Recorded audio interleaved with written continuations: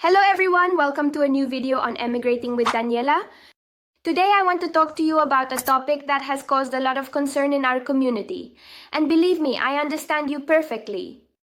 It is about the decision announced by Donald Trump to close the visa section of the United States Embassy in Bogotá, Colombia, and temporarily suspend the issuance of visas for Colombians. I know that for those of us who are in a migration process, especially with an EB-3 visa, bandito kuna, this news can feel like a cold shower. But I want us to take this time to calmly analyze what this really means, and what could happen from now on, and above all, what impact it could have on our processes. I'm going to share with you the information I have been researching on official sites, explain it step by step, and give you my personal opinion on how I think this could affect us. So if you are in the middle of this process, stay until the end of this video because this is important.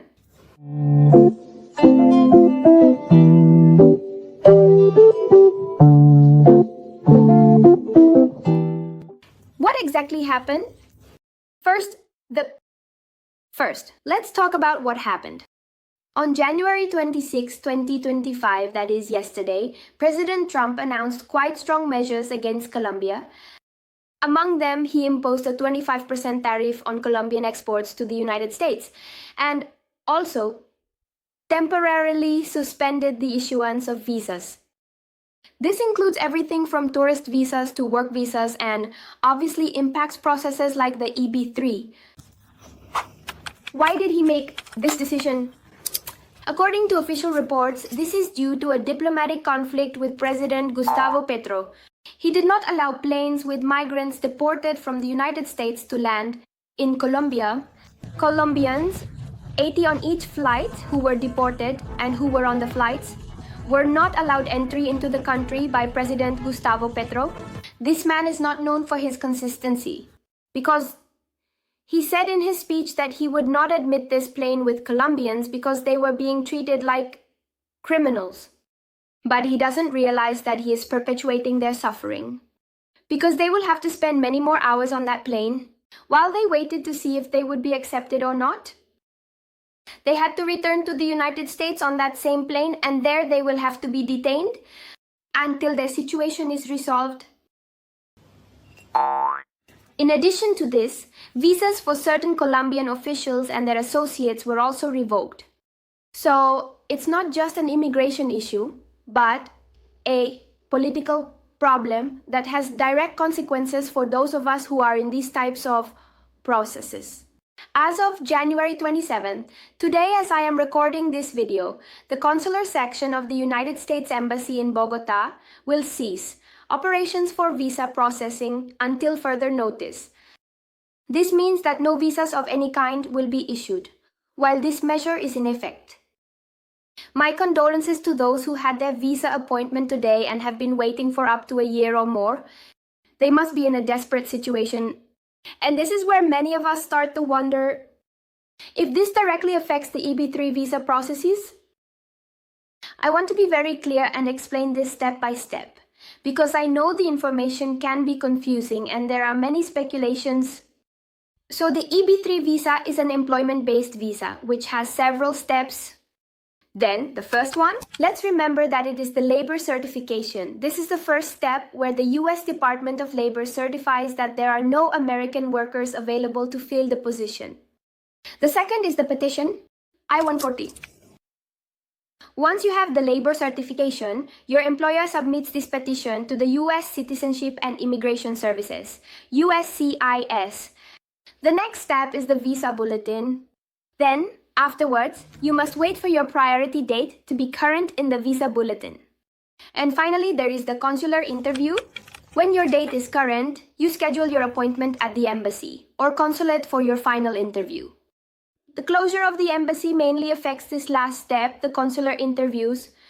So if your priority date is already current, and you are waiting for your appointment, unfortunately, this may mean a delay because with the embassy closed, they won't be able to schedule an interview for you at the moment.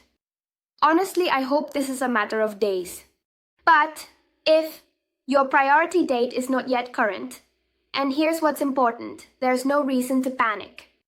The visa bulletin, as many of us already know, progresses quite slowly at a snail's pace. This means that by the time your interview comes up, it is very likely that this situation with the embassy will have already been resolved. As I said, I believe this will be a matter of days. Having said all this, I want to make it clear that this is my personal opinion based on what I have researched so far on official sites. In my experience, this type of measure tends to be temporary, especially when they are related to political conflicts. So I don't think this is a reason to stop your process, much less to give up. If you are still in the early stages of your EB-3 visa, even. I am in the third stage and I am not worried at all.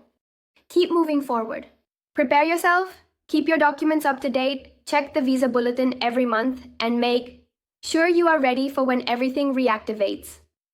Now, if you already have your current priority date, my recommendation is to talk to your agency or your lawyer if you are doing the process separately so they can guide you. They can help you explore options in case there are ways to relocate your case. At another nearby embassy like in Ecuador or Mexico, yes, the situation in Bogotá does not improve soon. What to do now? Well, the most important thing at this moment is to stay calm and be informed from official sites. Many times when this type of news occurs, it's easy to panic or listen to unfounded rumors. And that's why I always recommend seeking information from official sources like the United States Department website or uses. Additionally, you can subscribe. Here you will also find current, clear, concise, and real information. And it's completely free. Also, stay in contact with your agency or your immigration advisor because they are truly the ones who have the tools to guide you and help you make informed decisions. If this content is helping you, I invite you again to subscribe to the channel. Here I always try to give you verified information about migration and the different processes available, both for the United States and for other countries like Spain. And activate the bell so you don't miss any of my videos. And to summarize, this embassy closure mainly affects those who already have their current priority date and were waiting for their interview. For those of us in earlier stages of the B3 visa process, there's nothing to worry about. For now, I understand that this news generates a lot of uncertainty, but the most important thing is not to lose sight of the goal and to keep moving forward with our plans. If you are in this process, be patient. This is temporary and things can change faster than we think.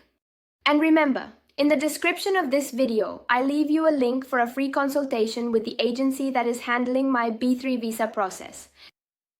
They can guide you much better and answer your specific questions. Tell me in the comments how you feel about this news. What questions do you have about the B3 visa process?